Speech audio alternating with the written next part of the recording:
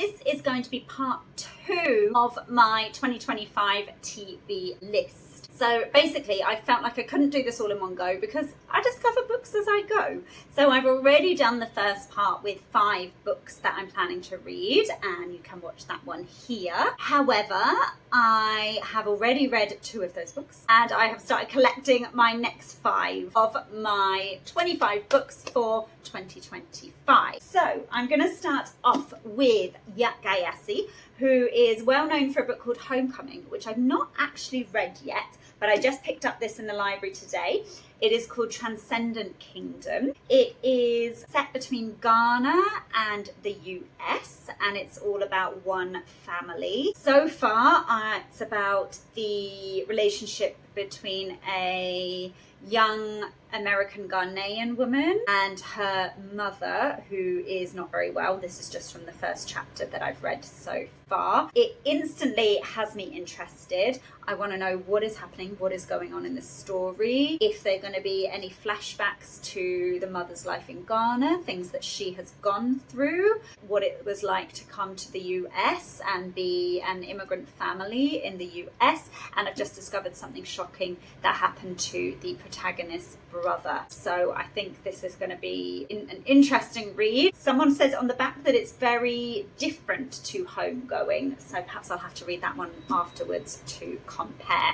This is the book that I'm currently reading, Transcending Kingdom. The next book on my list is called Love in the Big City. It's translated from Korean into English, and the author is Sang-Young Park, who, it says on the back, is one of the best-selling authors of Korean queer fiction. It says it's all about kind of set in contemporary Seoul and about nightlife there, friendship and lovers. It just looks really different to things that I normally read because I read a lot of historical fiction.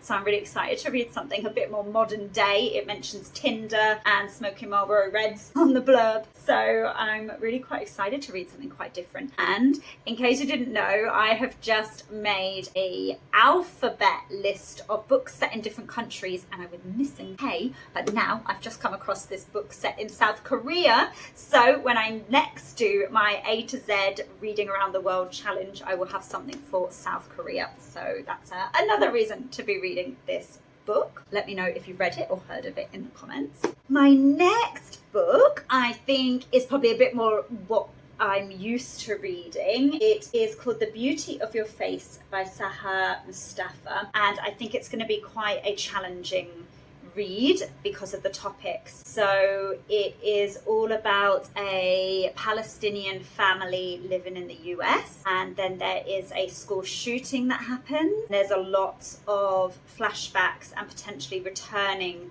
to Palestine within this book. It also says it's a lot about the hope and community that the protagonist finds in Islam, so I'm really interested to find out more about that. Haven't read any books by Palestinian authors yet, but it is on my list, but I felt like I need to make sure I'm feeling emotionally ready for that because I know it's not going to be an easy read, and I will let you know what I think of it afterwards. My next one is by an author called Banana Yoshimoto, who is a Japanese author. The book is called Kitchen, and it's quite a thin book. It says that it's about the tale of 2 mothers. It's also about love, transsexuality, grief. It's got lots of fantastic praise for this book. And I've also kind of seen it around on some book groups that I'm in. So I'm quite interested to read that. And I imagine I'll finish it quite quickly because it's quite a thin book. I like that the Chicago Tribune on the back says the language is deceptively simple. So I'm looking forward to reading Kitchen. And the last book in this part 2 of my 25 books for 2025, it's called Girls Burn Brighter by Shobha Rao. It says that it's all about 2 characters who were born into poverty, I believe in India, just from what I've seen so far. But I think that they cross oceans, and it's about kind of how that friendship survives. It also says it's an emotionally devastating story, so I am ready to shed some tears over this one, but I imagine there's lots of learning that can happen from this book. As lots of you know, I'm really interested in books about India as well. So I will be sharing my reviews of all these books and adding them to my other playlists and future videos. So subscribe to Books That Teach Us if you're interested in that.